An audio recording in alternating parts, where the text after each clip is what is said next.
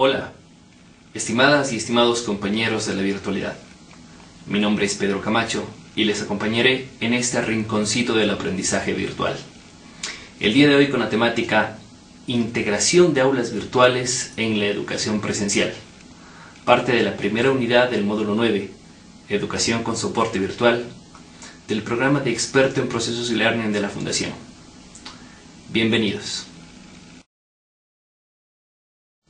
Para integrar las aulas virtuales en los procesos de educación presencial, debemos tomar en cuenta 5 elementos importantes. El primero, debemos crear un ambiente B-Learning, es decir, un compartido entre la educación presencial con soporte virtual.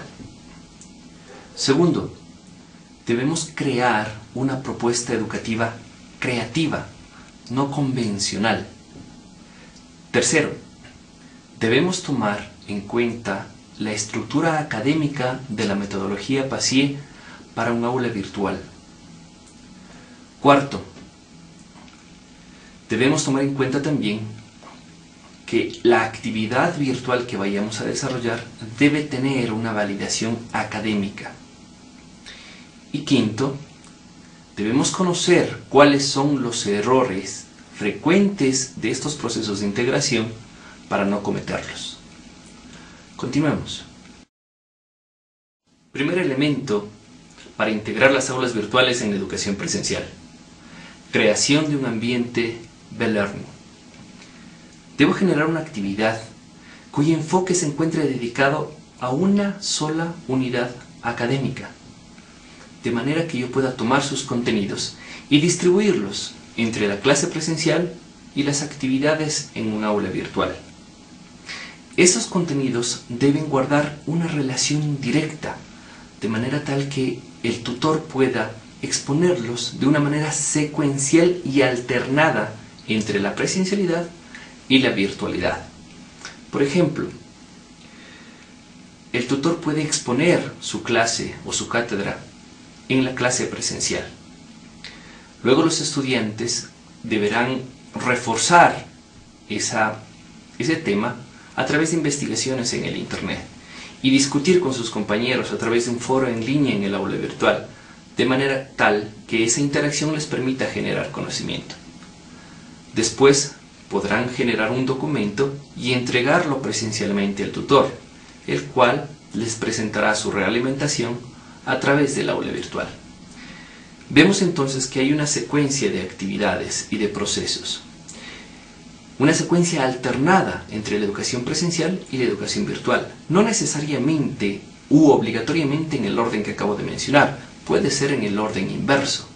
Lo importante es que pueda convivir la cátedra y la interacción.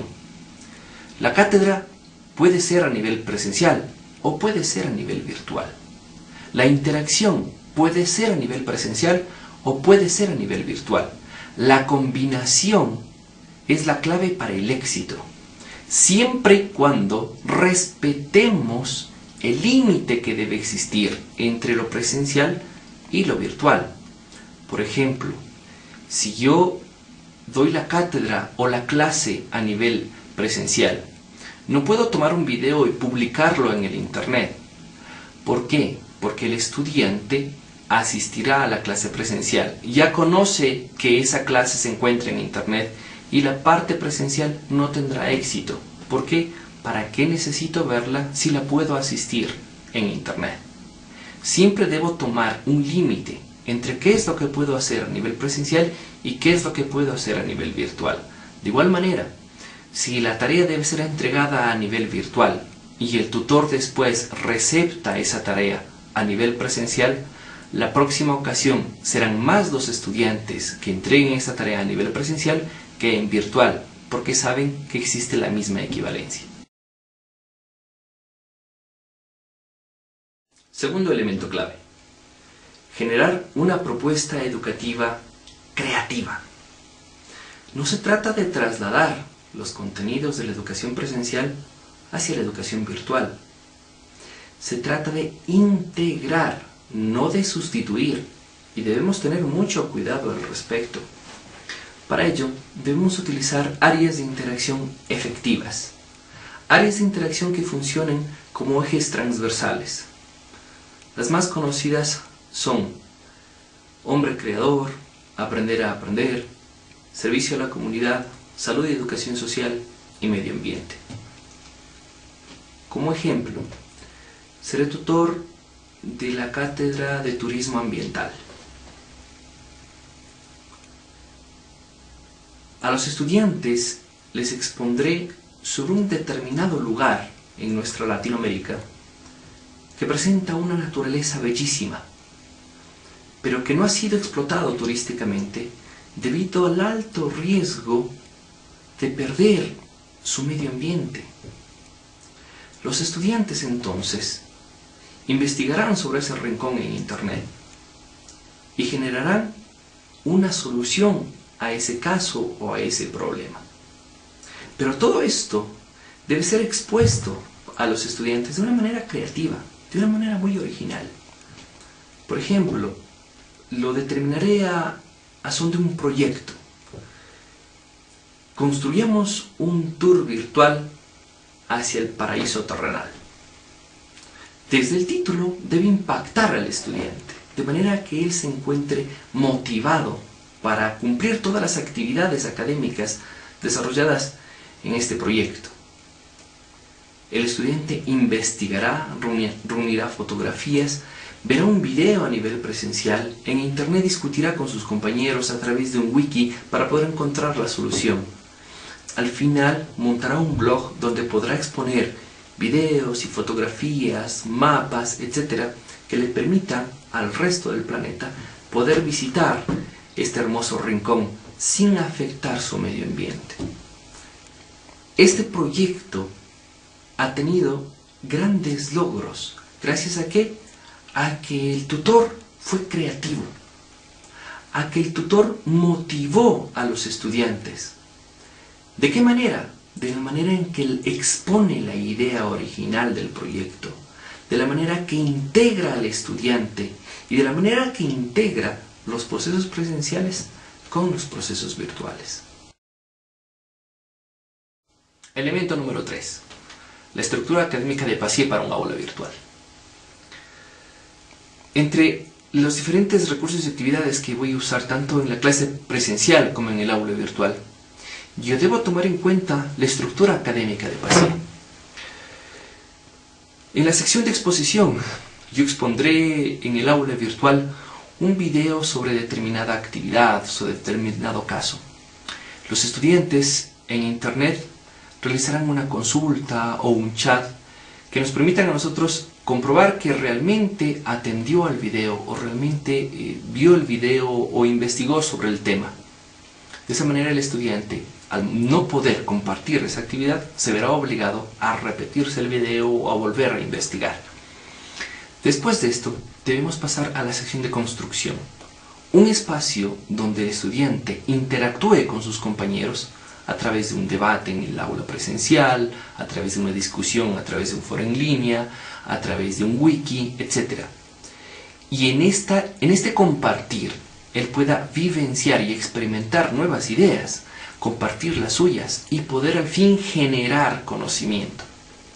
Después de esta actividad pasaremos a la última, a la sección de comprobación, donde el estudiante nos tendrá que presentar su producto, un producto que nos permitirá a nosotros comprobar si él ha desarrollado sus habilidades y destrezas necesarias para poder cumplir con los objetivos de nuestra unidad académica. Siempre todas estas secciones deben guardar una relación muy estrecha. Primero, entre la exposición y el rebote. El estudiante no podrá pasar si nosotros no comprobamos que realmente se encuentra listo para una discusión con sus compañeros.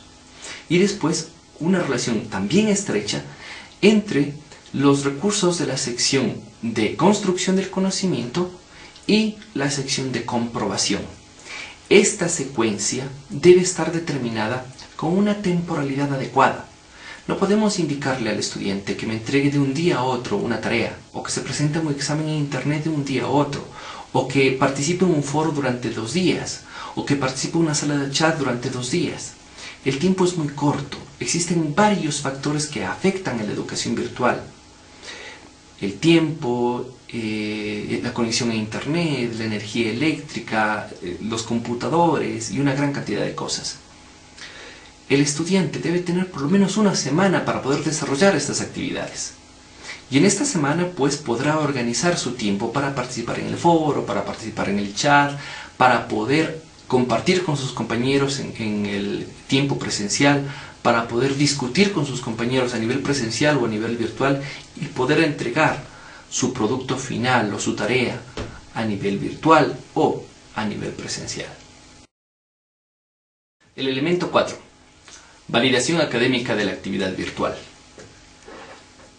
La actividad que vamos a desarrollar no debe acumularse a las actividades que ya se están desarrollando en la educación presencial, porque estamos recargando al docente y al estudiante de actividades. Lo que debemos hacer es tomar de nuestro currículum, de nuestros sílabos, una de las actividades presenciales y reemplazarla por una actividad de learning, es decir, compartiendo la clase presencial y el aula virtual. Esta actividad debe convertirse en un complemento competente. Es decir, yo tomaré el tema o la unidad más difícil y esa la volveré de learning, para que el estudiante pueda asistir al aula virtual y repetirse la clase a través de un video o leer un documento las veces que él crea necesario hasta que entienda, hasta que comprenda. Después podrá participar en la clase presencial, en un debate, en un foro, en la elaboración de un proyecto. Pero la parte compleja de exposición, que nos puede tomar muchas horas, muchas clases, estará en el Internet. Ahí estamos nosotros generando un complemento competente. Pero tanto la actividad virtual como la actividad presencial deben tener su propia valoración, sus propios criterios de evaluación. Pero ambos deben guardar equidad y proporción en la calificación final. Por ejemplo, 50% la parte virtual, 50% la parte presencial. ¿Por qué? Porque si le hago valer 5 puntos y 95 puntos la presencial, el estudiante va a decir, ¿para qué hago la virtual? Me quedo con la presencial. Siempre debe existir equidad. De esa manera le estamos dando nosotros una valoración de importancia a la actividad. El último punto. Errores frecuentes que debemos evitar en un proceso de integración de aulas virtuales en la educación presencial. El primero, la obligatoriedad de usar las aulas virtuales. Al obligar nosotros un proceso académico, este deja de ser interesante. Lo que debemos hacer es generar actividades que permitan al estudiante recuperarse académicamente a través del aula virtual. Si a los estudiantes les fue mal en un examen, pues yo generaré un examen en línea para todos aquellos que quieran recuperar su calificación. Si los estudiantes me entregaron una tarea mal, o les fue mal en una tarea, aquellos que desean recuperar pueden entregarme la tarea a través del Internet. De esa manera empiezo a conquistarlos para que empiece a funcionar el aula virtual. No generar obligatoriedad en un proceso inicial. Caso contrario, tendremos una respuesta opuesta a la que nosotros deseamos. El segundo error es la uniformidad de contenidos e imagen. Si en la institución educativa se obliga a que todos tengamos el mismo esquema de contenidos o la misma imagen corporativa, tenemos que tomar en cuenta que el estudiante debe asistir a todas estas aulas. A la primera le prestará muchísima atención, se encontrará contento con la primera aula virtual. Al momento que ingresa a la segunda, va a encontrar el mismo orden, va a encontrar los mismos esquemas, va a encontrar la misma imagen corporativa. El impacto se ha perdido, el interés también, la motivación también. A la tercera aula ya no va a entrar, peor a la cuarta. Esta uniformidad genera cansancio y hace que el estudiante pierda la expectativa de poder continuar.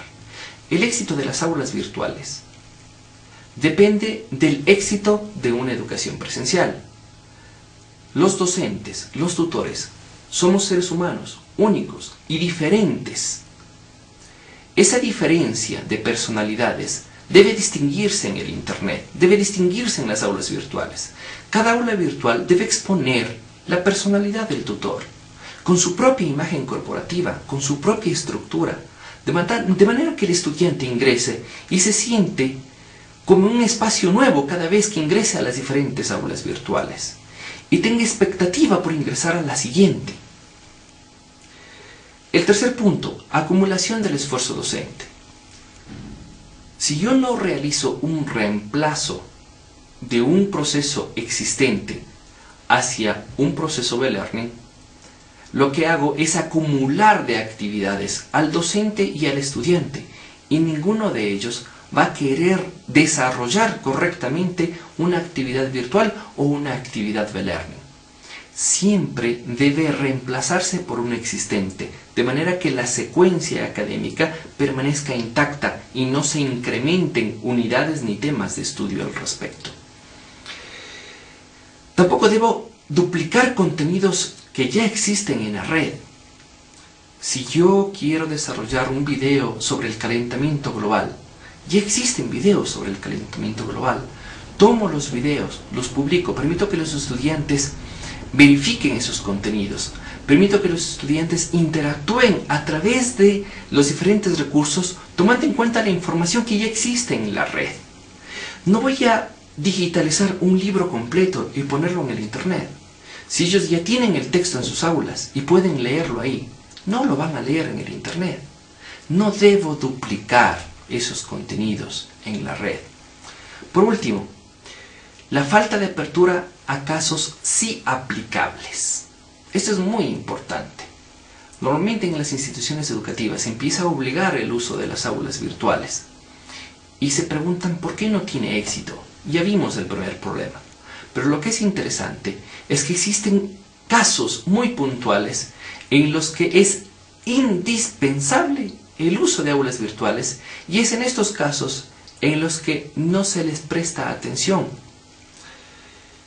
Si existe un grupo de estudiantes que se encuentran delicados de salud y por salud no pueden asistir al aula presencial, ellos pueden realizar determinada actividad a través del aula virtual para complementar su ausencia.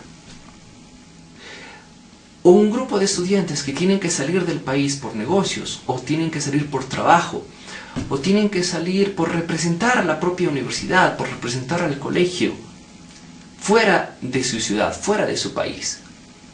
Encima de que van a hacer una representación de nuestras instituciones educativas, ellos pierden clases y tiempo. ¿Cómo recuperarlo? Pues que lo recuperen a través del aula virtual. Normalmente se duda de la efectividad de este reemplazo, pues este es el momento perfecto para comprobar esa validación, si las aulas virtuales son capaces de poder complementar la educación presencial. Hemos culminado. Muchas gracias por su atención, por su tiempo, en este pequeño rincón de la virtualidad, donde podemos compartir juntos nuevas aventuras, nuevos ritmos de aprendizaje, nuevas formas de generar conocimiento. Muchas gracias.